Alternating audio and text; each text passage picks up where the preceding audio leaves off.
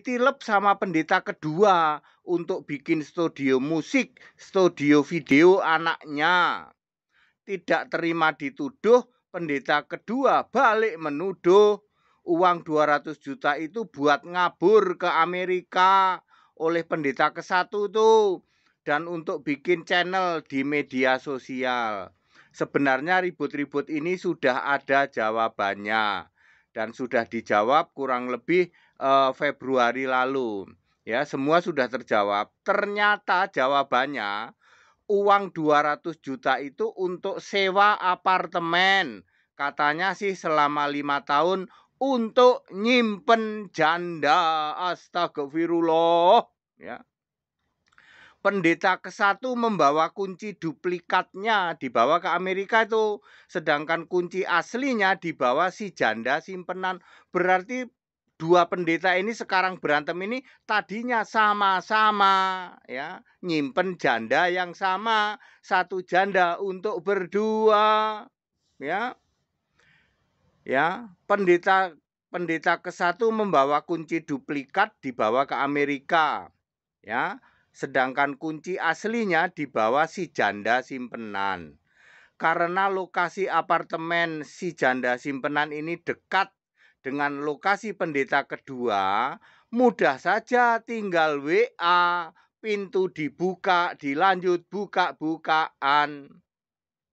Baru kali ini di seluruh jagat raya, hanya ada di Indonesia, trending topik gereja kok soal rebutan janda ya.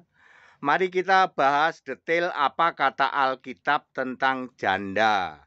Nomor 1, Kisah Para Rasul 6 ayat 1, janda-janda itu diberi jatah makan dan didaftar, sering disebut pelayanan meja.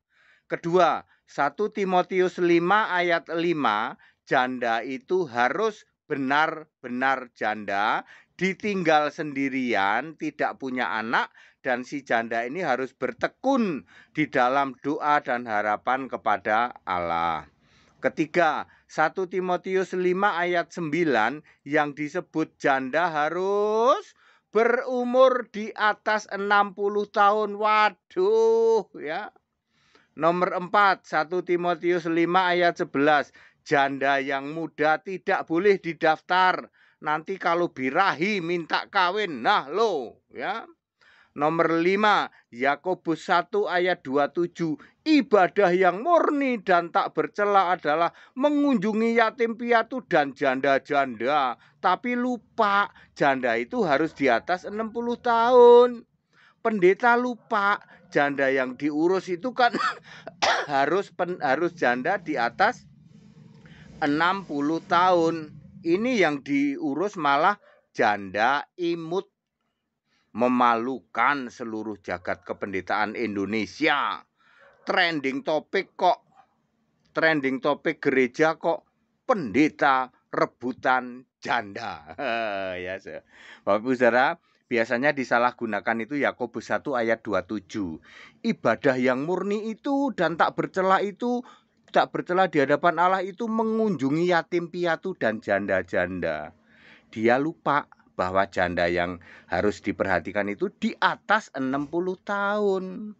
Tapi ini janda yang dipelihara justru janda imut. Bapak Ibu Saudara, ya, disewain apartemen. Kunci apartemen dipegang oleh si janda sama duplikatnya oleh pendeta ke-1. Pendeta kedua karena lokasinya dekat dengan si janda cukup WA, lalu sebentar juga nyampe ya, dibuka lalu buka-bukaan. Bapak Ibu Saudara, memang memalukan ya skandal ini ya, bahwa Alkitab memang menulis tentang kita harus memperhatikan para janda. Tetapi ingat ya, yang disebut janda harus umur 60 tahun ke atas. Kemudian yang kedua, janda ini harus benar-benar janda, ditinggal sendirian tanpa anak. Kalau punya anak kan dia bisa minta apa? Penghidupan ke anaknya ya. Ini yang tidak punya anak terus didaftar, diberi santunan lah ya biasanya untuk makan dan untuk kehidupan sehari-hari. Gereja memang seperti itu fungsinya ya. Cuman disalah disalahgunakan oleh gereja-gereja yang Nasrani ya. Nasrani ya. Jadi jandanya udah nggak inget lagi, harus 60 tahun. 60 tahun buat apa katanya. Janda itu ya janda imut, apalagi itu ada janda murtadin.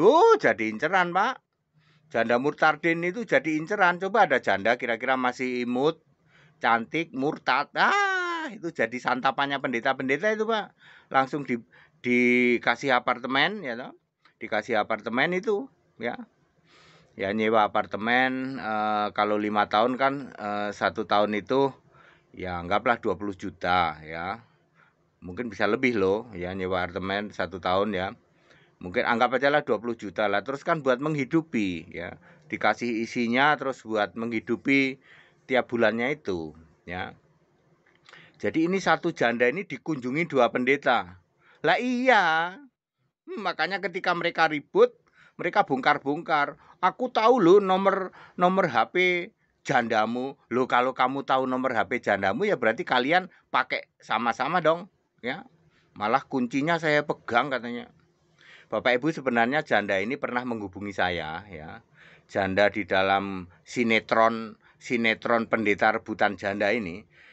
Janda ini pernah menghubungi saya karena nomor saya kan saya cantumkan di dalam setiap tayangan kami. Lalu ya saya sarankan sih coba kalau bisa mandiri sajalah, jangan ngikut pendeta itu, saya bilang gitu. Ya, tadinya mau ikut saya, wah saya yang gawat nanti, nggak bisa saya nggak bisa katanya. Saya nggak bisa, ya kasihan lah kali kamu terlalu jauh, aku tidak bisa membiayain untuk ngekosin kamu atau ngasih apartemen gitu ya. Begitu. Terus sekarang sudah tidak menghubungin saya. Beberapa hari lalu temennya janda ini menghubungin saya. Pak ATD masih ada nggak nomornya si janda itu? Enggak, aku udah hapus, apa aku udah nggak mau lah gitu, nggak mau ikut tersangkut gitu. Gitu Bapak Ibu Saudara ya. Jadi memang kekristenan itu ada ayat yang memang mengharuskan memelihara janda. Janda-janda dipelihara kehidupannya. Gereja itu tanggung jawab ya. Ngasih penghidupan ya yang layak untuk si janda. Tapi syaratnya jandanya di atas 60 tahun dan sendirian. Tidak punya anak, tidak punya apa, dan dia hidup sendirian. Di atas 60 tahun itu dikasih jatah makan, jatah semua. Terus janda di bawah 60 tidak boleh ya. Sebab ayat Alkitab mengatakan nanti kalau dia birahi minta kawin. Nah, ya, kalau dia birahi nanti minta dikawin ya. Ada loh ayatnya tertulis tadi, berapa itu tadi ya. Bentar ya, saya ingetin ya. 1 Timotius 5 ayat 11. Janda muda tidak boleh didaftar.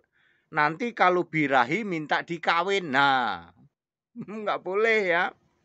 Jadi kita sangat ini ya, mudah-mudahan dengan ini selesai ya. Dengan tayangan saya ini selesai, karena ini mungkin tayangan saya yang keempat soal sinetron janda. Ya, setelah janda jadi trending topik, memang memalukan. Saya malah dijadikan banyak narasumber ya. Semua pada nanya ke saya, salah satunya, Pak HTD punya nomornya si janda enggak? Pendeta masih nanyain punya nomornya si janda enggak? Janda ini pernah menghubungi saya ya. Sebenarnya sudah selesai kok masalahnya ya, sudah selesai ya. Tapi karena 2 pendeta ini sedang ribut ya, lalu mengungkit-ungkit soal donasi 200 juta rupiah, akhirnya menyeret-nyeret soal janda. Ya tidak ditutupin lagi bahwa mereka berdua ya memakai janda yang sama. Ya. Itu sudah tidak ditutupi lah, kuncinya dipegang dia. Ya, pendeta 1 megang kunci, ya pendeta 2 karena deket nggak usah megang kunci, tinggal WA aja. Ya begitulah, ini memalukan, skandal memalukan untuk kependetaan di Indonesia ya. Belum soal apakah ketangkep atau tidak pendeta yang ke-1 itu, karena di Amerika ya mestinya sih mentor-mentornya yang ditangkap dulu, tapi saya juga nggak tahu ya kenapa kok tidak mau melakukan itu ya? Atau mungkin belum ada yang lapor kali ya? Mestinya kalau ini adalah terjerat hukum ya mestinya segala sponsornya. Cuman masalahnya kayaknya belum ada yang laporin, itu aja. Ya, nanti habis ini juga meledak lagi tentang pendeta yang penistaan juga sepertinya ya. Ini juga saya pernah ketemu juga sama orangnya yang ngaku nabi bolak-balik ke surga. Sepertinya sudah dilaporkan itu ya, sudah dilaporkan, tinggal tunggu waktu saja. Orangnya sih sudah ngabur ke Medan sana. Ya, udah pulang kampung. Entah jadi tukang gorengan, entah jadi tukang bubur, entah jadi petani, pokoknya sudah pulang kampung aja. Ya, tahu bahwa dirinya sedang dilaporkan ya. Ya itu memang kita memang sangat menyayangkan ya, ternyata kekristenan dipenuhi hal-hal seperti itu ya. Ya, semua itu biangnya apa sih? Semua biang dari semuanya itu. Biangnya adalah penyembah Bapak Iblis. Biangnya di situ. Kalau Anda meninggalkan penyembahan terhadap Bapa, ya saya ulang ya, Bapa itu bukan Allah. Bapa itu Allah yang bukan-bukan. Gara-gara ini kamu sembah, maka kamu diurapi roh bapamu ini. Bapak apa? Bapak Iblis, Yohanes 8 ayat 44. Itu pasti begitu, namanya diurapi Bapak Iblis ya, pikirannya kan sudah jelas itu ya. Filipi 3 ayat 19 ya toh. Kesudahannya nanti kebinasaan, udah pasti binasa. Penyembah Bapa udah pasti binasa. Kemudian Tuhannya perutnya. Lalu saya tambahin, kalau Tuhan mereka adalah perut mereka, lah bawah perutnya kan cari-cari janda akhirnya ya. Aib itu jadi kemuliaan. Cerita aib pendeta sama pendeta kok ceritanya WA, aku punya simpenan janda loh, kamu mau enggak? Coba. Pendeta sama pendeta itu WA-nya soal simpenan janda, coba. Aib malah diumbar. Itu kemuliaan mereka aib. Terus pikiran mereka hal-hal duniawi. Sudah ditulis di dalam Filipi 3 ayat 19. Dan sekarang semua dibongkar itu ya, lalu rebutan janda jadi trending topik.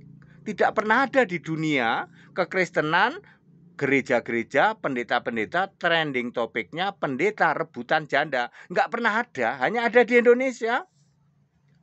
Memalukan ya, gara-gara penyembah Bapak Iblis, maka diurapi oleh roh iblis ya. Saya bisa tantang kalian semua ya, apakah pernah ada Bapa disembah sebagai Allah? Tidak pernah ada. Selalu kata-katanya Allah Bapa kita, Allah Bapa kita. Artinya orang Yahudi itu menyebut Allah itu Bapa. Kalau orang Jawa menyebut Allah itu Gusti. Lah, sama saja lah. Aku berdoa kepada Allah Gustiku. Aku berdoa kepada Allah Bapakku. Lah, kamu orang Yahudi apa orang Jawa? Aku orang Jawa. Kalau gitu sebut aja Gusti. Aku berdoa kepada Allah Gustiku. Jadi yang kamu sembah bukan Gusti tapi Allah. Yang kamu sembah jangan Bapa tapi Allah. Allahmu siapa? Yesus Kristus. Allahnya orang Kristen itu Yesus Kristus. Clear ya? Ya mudah-mudahan ini yang terakhir dah ya, jangan pada ribut-ribut memalukan ya. Mosok di gereja kok ributnya pendeta rebutan janda. Ya, kepada si janda udahlah nggak usah menghubungin saya nggak enak nanti semua orang sekarang nanyanya ke saya loh. Pak Dede, wah tak jadiin narasumber ya, aku mau dialog begini-begini. Semua pada nanya ke saya, kan nomor WA saya mah saya taruh di mana-mana ya, jadi mereka bisa menghubungin directly contact to me ya. Terima kasih, itu ya, segala hormat kemuliaan untuk Yesus Kristus.